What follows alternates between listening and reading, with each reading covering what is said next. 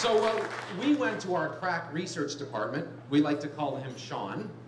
And Sean has spent a few hours or days on the computer to find this out. Of all the kids in Canada who want to play professional hockey, Kelly Hrudey did.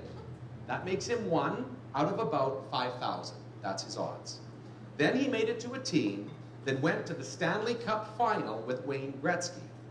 He is one out of 120,000. Then he played in 677 games as an NHL pro, which then made him one out of 280,000. And here's the part where the stats get astounding. Because Kelly Hrudey then left hockey and went into a completely different career. Now, we might all think hockey and Hockey Night in Canada's the same, but when you think of it, he went from being a player to being a broadcaster. Now, he could have went to the Red Deer Report and done weather for them there, but he ended up on Hockey Night in Canada. Think about that. The most famous, the most historic, the biggest sports show, the biggest hockey show, the biggest any show in Canadian history, and he's a regular on that. And Sean figured it out. The odds of that happening to somebody are 1 in 2.3 million. And he's with us here tonight. Let's welcome Kelly Hrudey.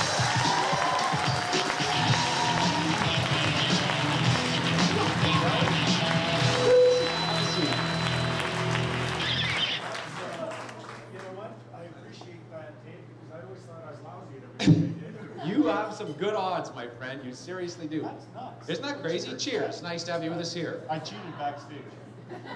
You're allowed. Now, here's a question for you. So, we talked earlier about Calgary. You played in New York. Yeah. You played in Los Angeles. Grew up in Edmonton.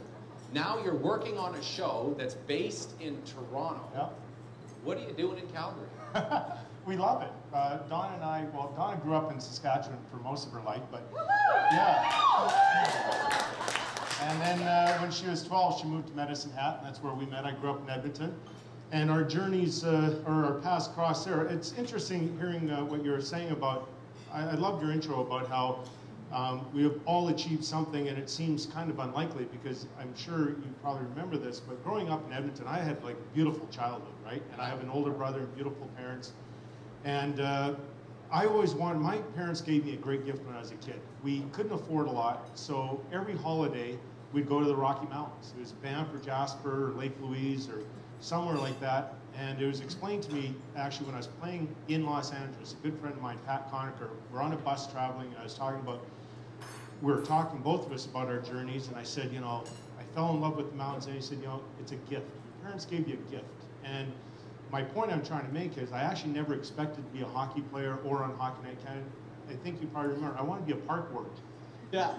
And Tara actually set it up in one of our breakfast shows that she set me up with Bart McAnally. He's one of the forest rangers here in Alberta, stationed in Calgary. And in fact, I've gone on different sites with him. I was just 2 days ago searching for pine beetles. So really? That really is my love. And Donna can tell you, I have an office full of, I do have a lot of hockey books, but my office is full of mountain books. So that's really my passion. Now, and this time of year is for us, and watching you guys on the show, it's an exciting time. We think it's fun, and it's a riot, and wow, the season's going. But what's it like to be a rookie this time of year? First year in a broadcasting? Yeah. Terrifying. I've never been so nervous in my life. More than hockey? Oh, by far. Really? It's not even close. It's not even in the same atmosphere. I think of my first day back on Hockey Night in 1995, I believe. We lost. I was still playing for Los Angeles, and unfortunately for us, we missed the playoffs by 1 point. So the very next day, it was in Chicago.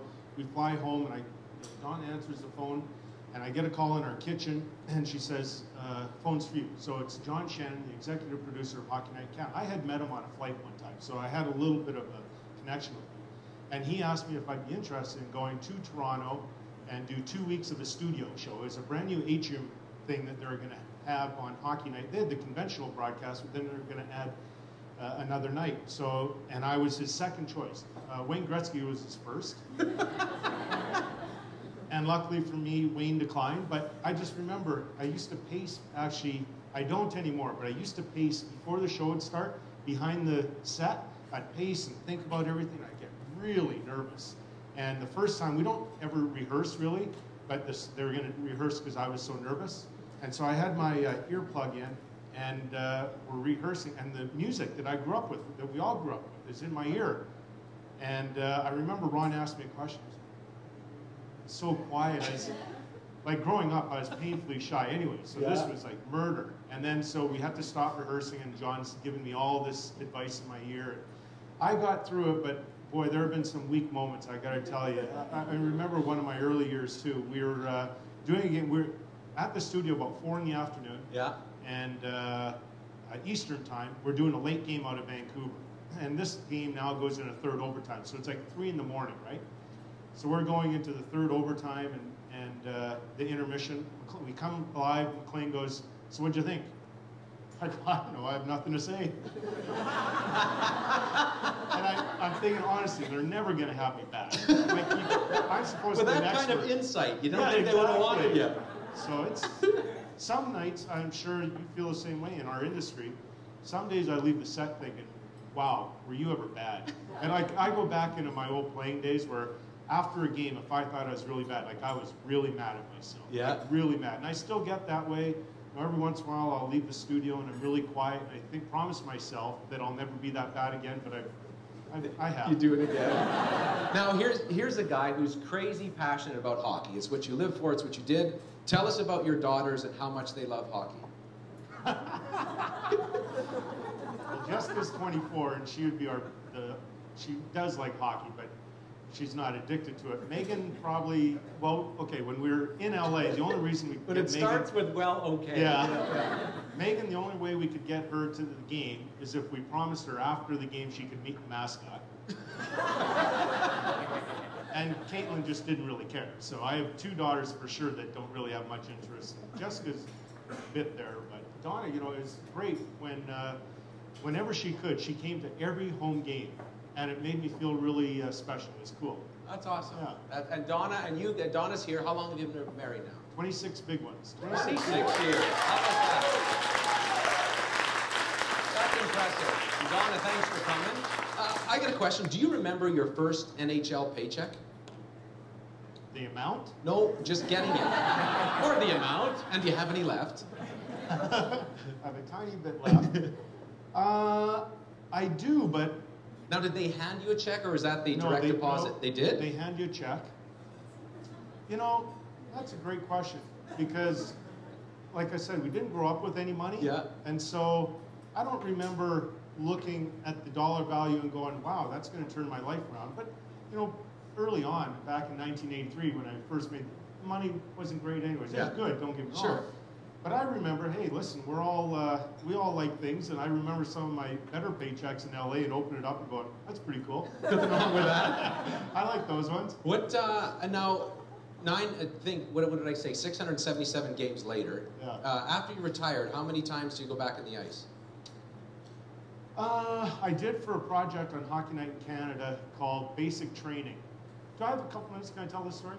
They're really busy, they're about to leave, but I think they're fine. I don't think Donna likes this one, but this is my favorite. So I went back to training camp 3 years after I retired. I put on a whole bunch of weight. So I was going to embarrass myself by starting train through the summer and film it all. But the intent was I want to show people back home what really the commitment is by the players and their families to get ready for the upcoming season. So anyways, I lose like 14 pounds and a whole bunch of body fat. And the project's over, film the training camp with the Flames. And about a week after, Don and I and the girls are driving somewhere in the city. And one of my daughters says, hey, Dad, you going to put that weight back on that you lost for the project? And before I can even answer, Donna goes, no, because I'll leave them. And I look over at her and I go, it's that easy? But that was 4 or 5 days, and I've gone occasionally with a couple buddies on Thursday nights, but I have to tell you, I like the guys and I like being around them, especially after the skate. I don't like playing hockey anymore. I can only relate it to, I was addicted, I loved it, and I reached what I thought was a pretty high level. And then when my skills started to diminish, I found it really annoying, and I really hated it, really. I couldn't skate as well as I liked. Everything about it was weird, and I have no interest in going back on the ice again. No, huh? I may at some point, but I don't think so.